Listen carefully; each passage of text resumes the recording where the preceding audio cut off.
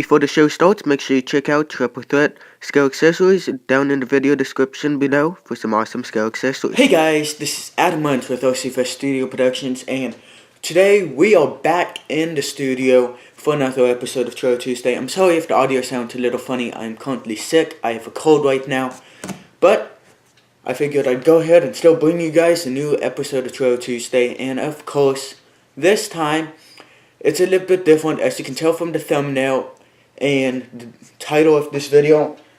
It's something really shocking. Well, there it is. It is a Vaterra Ascendal. So, I believe this truck started off as a Woody 2-1, and it's been upgraded here and there a little. I picked it up from a friend of mine, super cheap, so I couldn't pass it up with the deal. So, I'm gonna go ahead and see what I think of this Ascendal. I'll do a review as a regular segment here on the channel, but I figured I'd go ahead and go over the Ascendal and see what type of features are included in it. Well, here's the truck up close and where you guys can go ahead and see. So, first thing you guys notice is probably this body on here. This is not the factory body, of course, because at the time of this filming, there was the K5 Blazer, the Ford Bronco, and the Chevy K10 Truggy.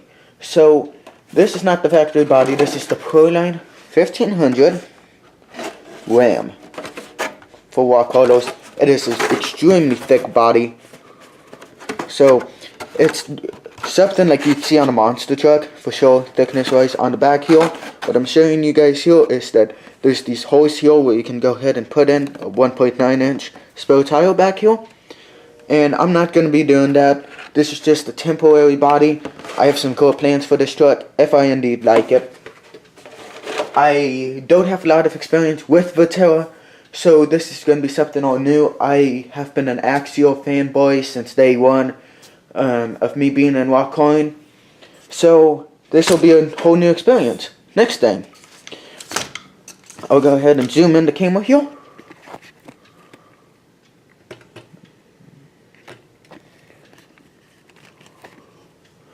Oh, these tires, they are the RC4 Drive Mickey Thompson tires. So they feel okay. They are indeed vented, as you're hearing that right now.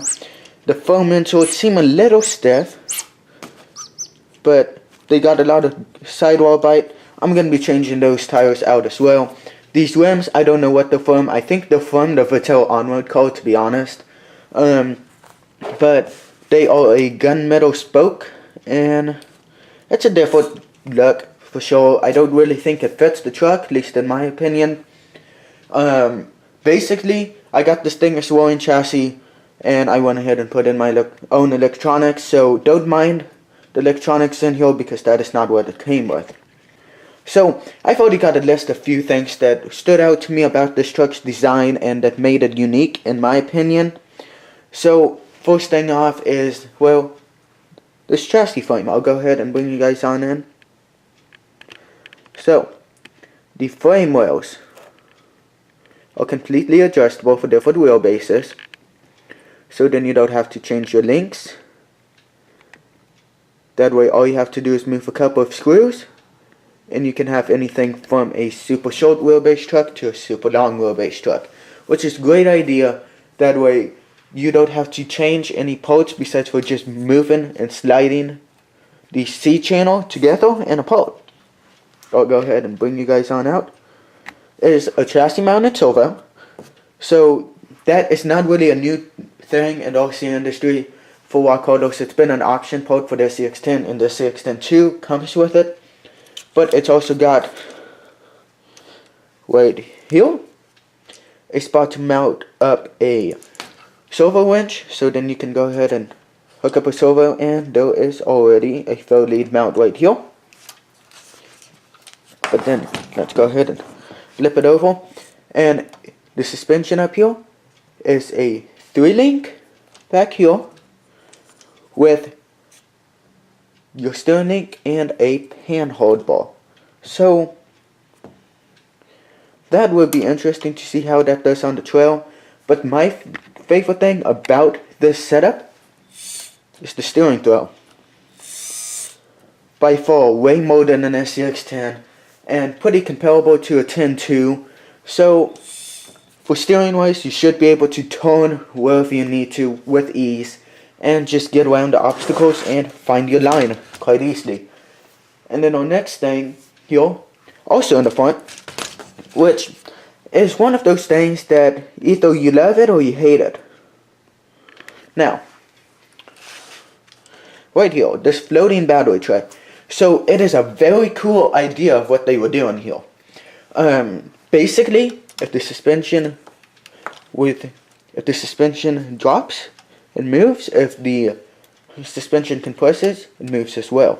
So if you come up and have one tire down on the ground, one tire up in the air,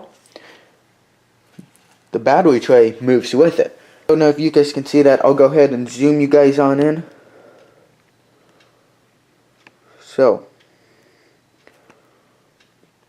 go ahead and focus. Right there. So, this right here is captured inside of the pumpkin. So, basically, what they're doing here, same thing with the wheel, is that there's less chance of something hitting here and possibly causing an issue. It is a very cool idea, but one thing about this truck is that the axles on here, I'll go ahead and pan you guys on up, and here are extremely small. Okay. So, I'll go ahead and show you guys the back because it'll be easier. So there we go. So here's the pumpkin. And the axle back here, extremely small, which is great because then it has less area to go ahead and hit.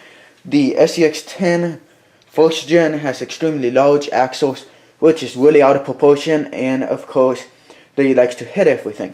This should be a little bit harder for an object or anything to hit, but of course, that being said, with the pros, the cons of this is how small the wing and pinion in here are.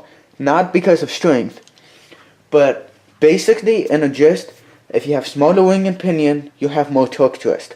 What torque twist is when the axle back here and the links, because it's solid axle, will twist under power.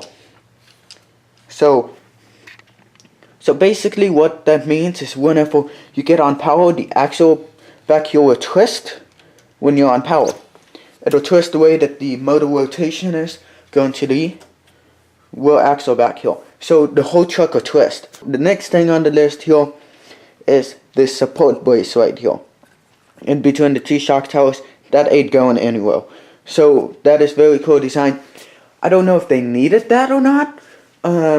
Personally, I never had any issues with my SCX-10 shock towers.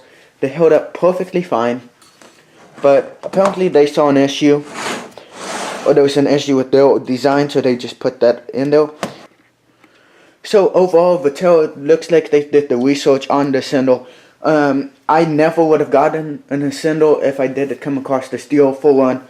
I've been an Axial fan for a long time. They gave me my first SCX-10, and after that I was just hooked. I've owned several Axial trucks now, and I plan on getting more in the future, but you gotta check out the rifle brand, Vaterra. So if you guys want to buy an Ascendal, I'll go ahead and put it down in the video description down below of where you can go ahead and pick one up from the people at First OC. Of course, you can buy it in a kit and ready to run. I'll list every single option at the time of this filming down there, which there's 4 options right now. So, of course, it's a great looking truck. It looks like it's got great features, and well, I'm interested to see how this thing does out on the trail. So, until next time, make sure you guys subscribe over here. Check out my other Trail Tuesday video down here. And check out my running video over here. And until next time, this is Adam Munch with OC Studio Productions, signing off.